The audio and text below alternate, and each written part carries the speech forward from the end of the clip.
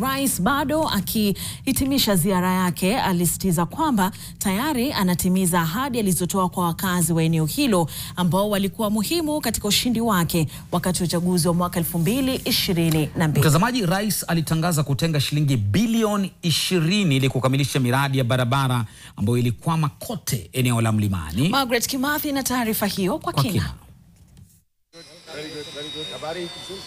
Katika siku ya mwisho ya ziara yake ya Mlima Kenya, rais alirejea katika kaunti ya Nyeri ili kudhibitisha kujitolea kwake kushughulikia masuala ya kijamii na kiuchumi yanayoathiri eneo hilo. Alianza kwa kukagua ujenzi unaoendelea wa mradi wa nyumba za bei nafuu wa Rurengo wenye vitengo 468. Rais pia alitembelea uga wa Rurengo ambako alizungumzia mzozo wa muda mrefu wa kandarasi uliochelewesha kukamilika kwake kwa miaka 7. Mimi ile mulinipatia mkaniambia enda nyorosha elimu.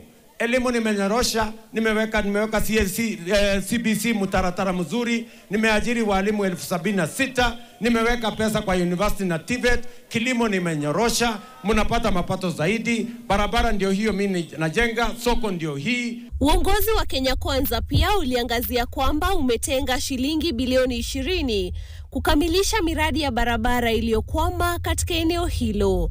Miradi muhimu ya barabara ni pamoja na barabara za Maumau na barabara ya Keno Marwa. Tuko na pesa karibu shilingi bilioni 3 ya watu wa Nyeri kwa mambo ya barabara katika awamu hii.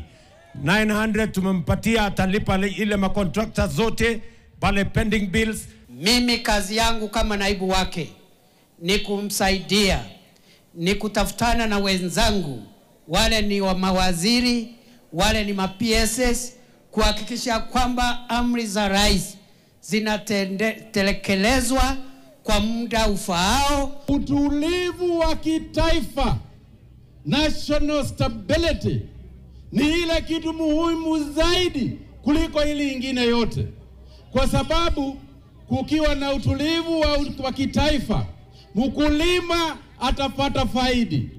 Hisia tofauti zimejitokeza miongoni mwa wakazi katika ziara ya Rais William Ruto hapa Mlima Kenya.